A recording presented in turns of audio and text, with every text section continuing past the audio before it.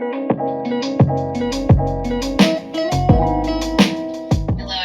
I'd like to welcome you back to the Human Perspective. And today we have a guest with us, Ted Kennedy Jr., who I had the privilege of meeting when, Ted, in the 1980s at Yale University. That's right. You want to tell that story?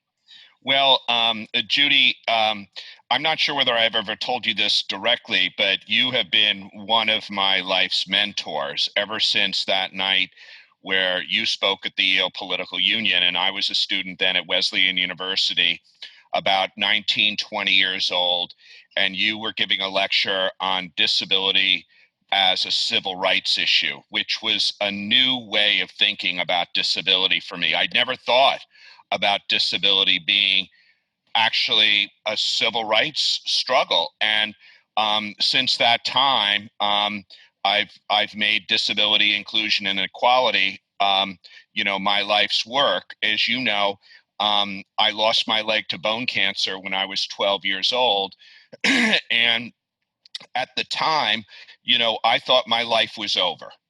I couldn't imagine living my life with a disability.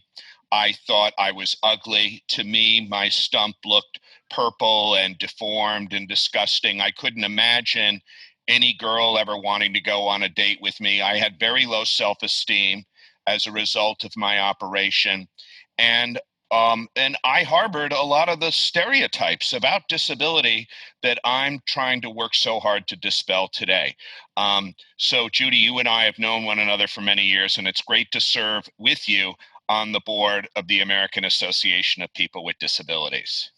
So how long have you been the chair of AAPD? Well, I've been the chair. I will be, this next year I'll be completing my 4th year as chairperson.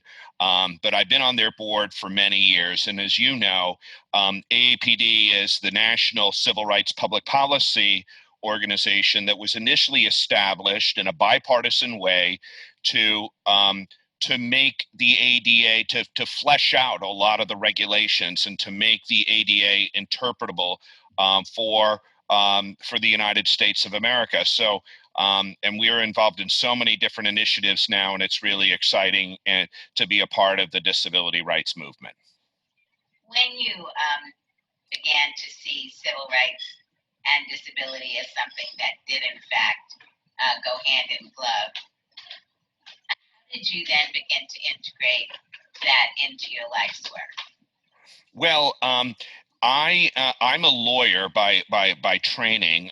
When I'm not the board chair of the American Association of People with Disabilities, I'm a partner in a law firm of Epstein Becker Green. So I do see things from a public policy perspective, and I think that when you think about, especially today, when you think there's so much discussion about diversity and inclusion and people who've been left out of the American dream, obviously because of their ethnic or racial background, I think it's also important to think about other groups, namely people with disabilities who for years, as you know, you yourself experienced being educated in a separate school, riding on a separate bus, not being afforded equal opportunities and access to public places and so forth. So I do think that there are many similarities between the disability movement and the other movements, the women's movement, obviously the civil rights movement, the LGBTQ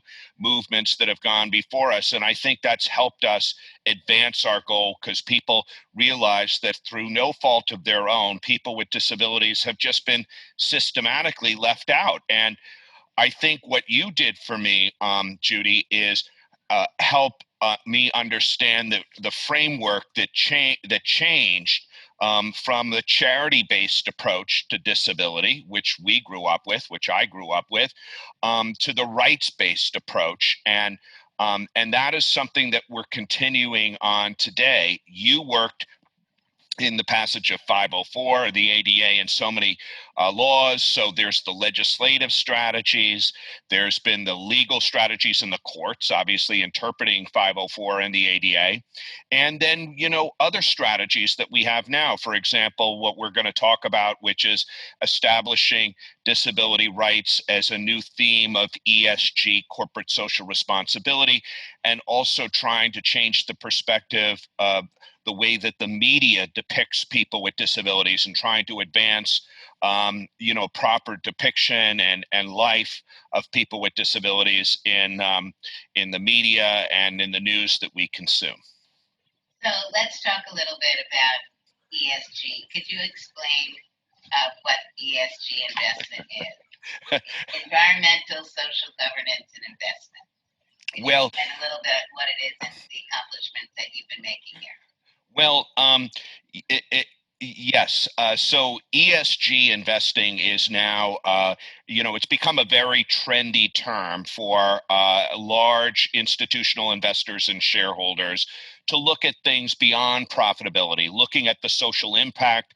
What is corporate social responsibility? And increasingly, as you know, companies today are public entities. Really, they need to take a stand, and people want to know, is the company that they're doing business with, who they buy their toothpaste from, what airline they fly, where they buy their coffee. They want to know that these companies share our goals of equality and dignity of people with disabilities.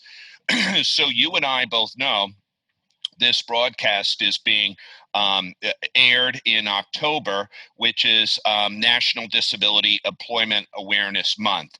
And we know that we've made many successes in the ADA, but one area where we failed to live up to our goal is in budging that number of individuals with disabilities who are able and willing to work still face enormous barriers and still cannot get a job, even though they're perfectly qualified, perfectly willing, perfectly able to perform work in our marketplace, cannot get that opportunity because of stereotype and bias. So what we're trying to do is to address that.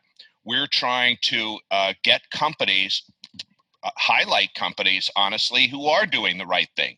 Many companies are, and as you know, have always been leading on disability inclusion, not just because it's the right thing to do, which it is, but because companies know that including people with disabilities enhances their workforce and enhances profitability and also enhances total shareholder return, according to the latest report by Accenture called Getting to Equal. So that's what we're trying to do. Harness the power of the disability community to call on corporate America to do more, to offer individuals with disabilities, particularly young people coming out of school, an equal opportunity to achieve the American dream and establish economic independence for themselves and their families. So there has been a letter that I believe 28 or 18 companies have signed on that are holding for $2.8 trillion.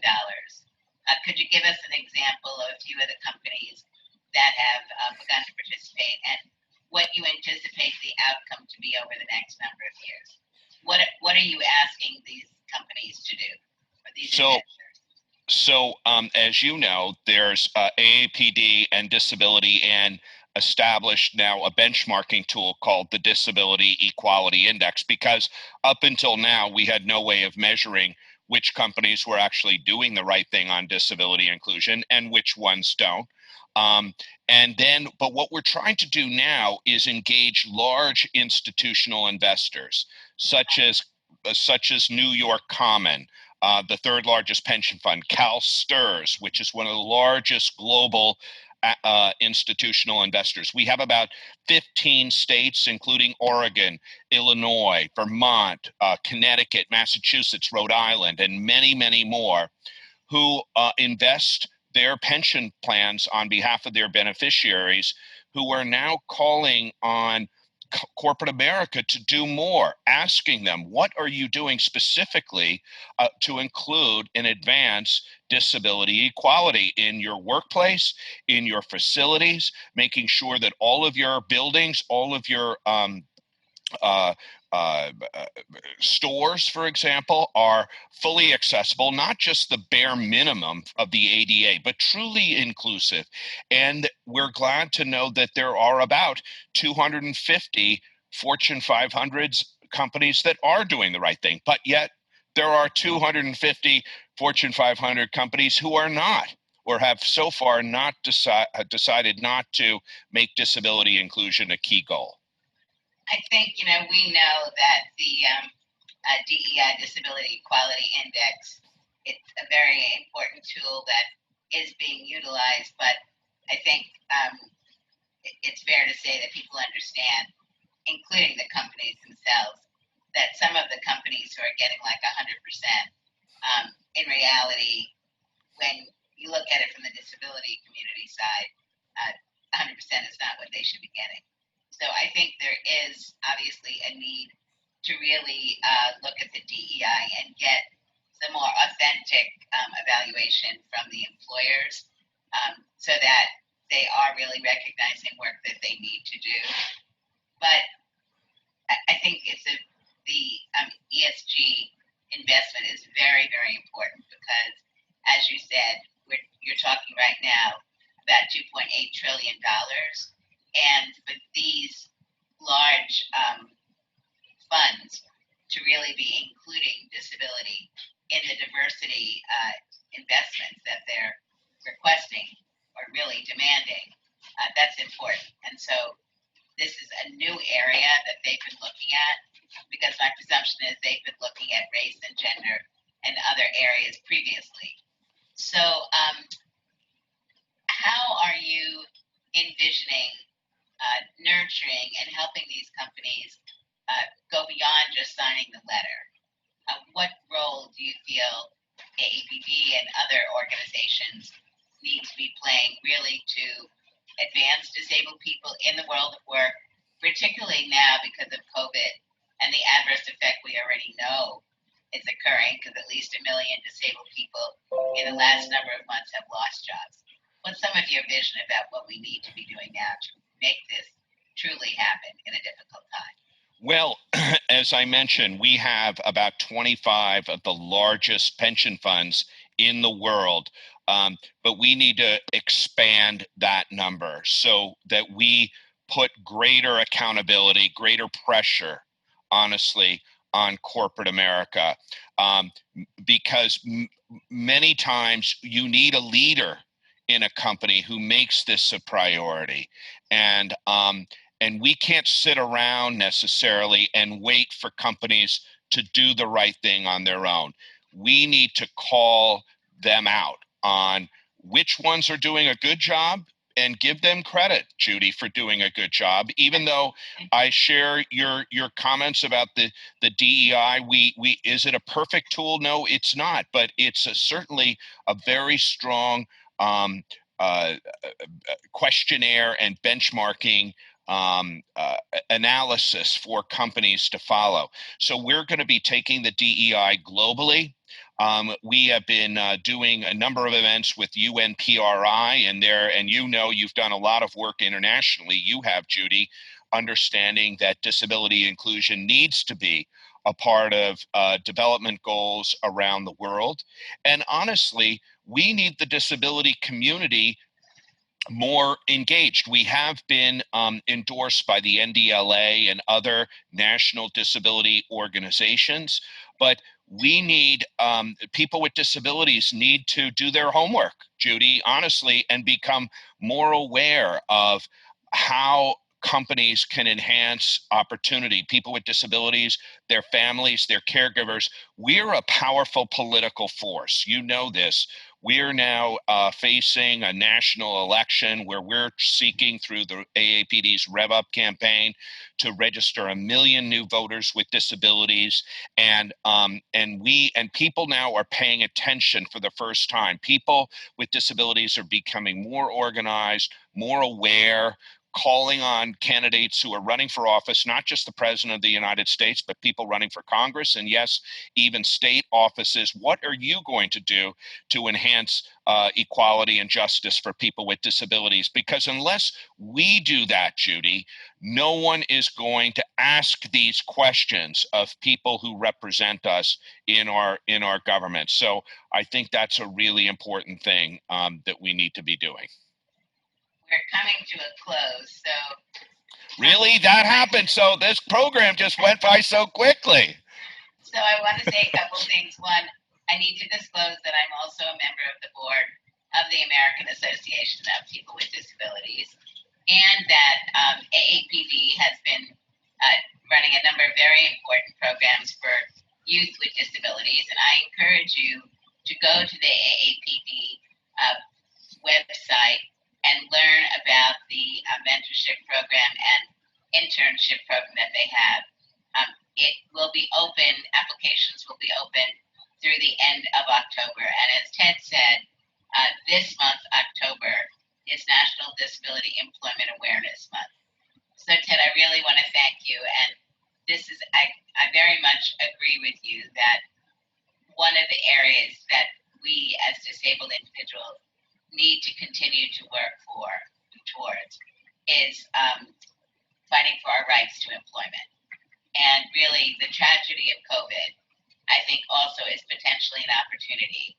And I believe that AAPD, with the leadership of Maria Town as the executive director and you as the chairperson of the board, both seeing this need for disabled people to get into the workforce, to be able to maintain their jobs and advance in jobs, is critical. So we will continue this discussion. Thank you for your work. And Ted in the beginning was saying that after he lost his leg, he thought he would never get married. Well, he's been married a long time. How many years? I think it's 27 now. You kind of lose track. And I'm 28. I haven't lost track. And he's got 2 children. And one of them is in Geneva and the other one is still in school, right? Yeah, that's right. Yes. So thank you for your leadership. And thank you. Really, I think we're very proud of the work that you do. Well, thank you for having me on the Heumann Perspective. Bye-bye, guys. We'll talk again soon. Bye. See you soon. Bye now.